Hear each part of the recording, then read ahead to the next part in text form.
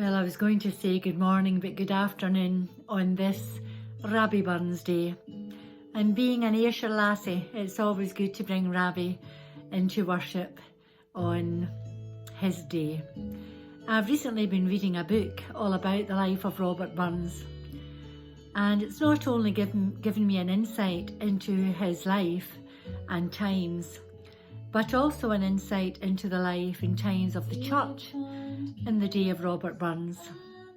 The church had an awful lot of authority over the lives of ordinary people, and woe betide anyone who was caught up in scandal. Because positioned just below the pulpit in full view of the whole church was the dreaded cutty stool, and those caught in fornication, adultery, or some other terrible misdemeanour had to stand in this stool for up to 3 Sundays on a row while the minister ranted at them in front of the whole congregation.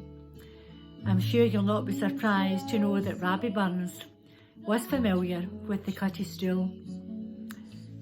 Rabbie Burns was unafraid to expose the hypocrisy of the church of his day. What Robert Burns resented so much was that the cutty stool was the realm of the poor alone. The better off, those in positions of authority in their villages and communities, had no need to fear public humiliation. If they were unfortunate to fall into scandal, the very worst that they faced was a private reprimand. Rabbie Burns hated inequality. Burns saw worth and value in every man, no matter what his station was in life. He wrote, "A man's a man for all that." He longed for all men, of all colours, creed and stations of life, to brothers be. Men like Robert Burns had to contend with men like Willie Fisher. Willie Fisher was an elder of Mauchline Parish Church, and no doubt Willie Fisher saw himself as a pillar of the community. But as Rabbie said, if God would give us the gift to see ourselves as others see us, if only Holy Willie knew he was the village clipe and disliked intensely by many in the community. Holy Willie just loved the downfall of others. He was often found lurking behind corners or high hedges, keeping an eye on the good folks of Mauchline and reporting any misdemeanour to the minister. As you see, I've been joined by wee Pippa. She's just desperate to be up here with me. As I was saying, Holy Willie just relished in the downfall of other people. He reminds me of a prayer of the Pharisees that Jesus shares with us in Luke's Gospel, chapter 18. This is how it goes. "God, I thank you that I'm not like other people, robbers, evildoers, adulterers, or like this man standing here next to me. I fast twice a week and I give 1/10 of all that I have." Well, the man standing next to the Pharisee was a tax collector.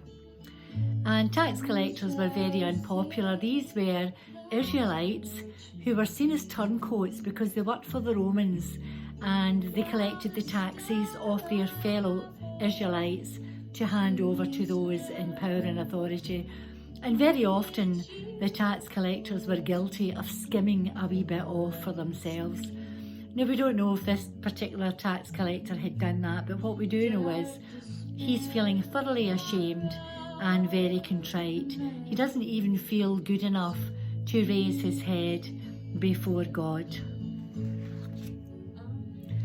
It was the attitude of this second man that God upholds an example to us all, to come with a contrite heart and an attitude of humility. There were plenty of Holy Willies in Jesus' day. The Pharisees especially were desperate to find fault in him. On one occasion they brought a poor woman before him. They said that they had caught her in the act of adultery and wanted to know what Jesus was going to do about it. Now, interestingly, they didn't bring a man forward. Could it have been if one of them had actually lured this poor woman into this unfortunate position and then accused her?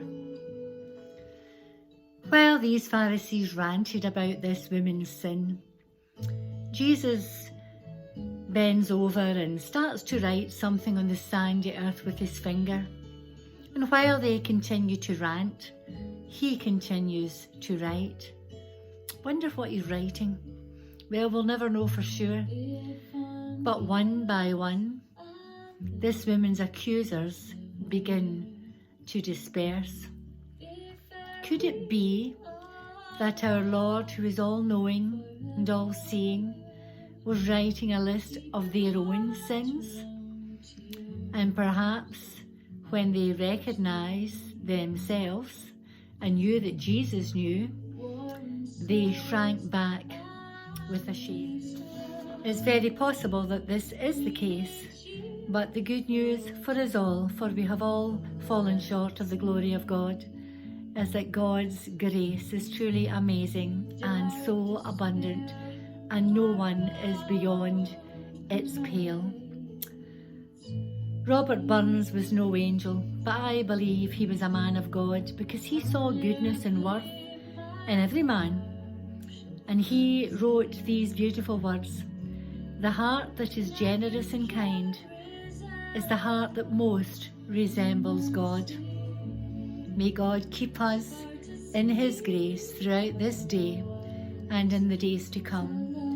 We've all had our hearts broken, we've all faced trials in life, but God in his wisdom uses these hurts and uses our life's experiences to equip us, that we in turn may comfort others and may play our part in tending their wounds.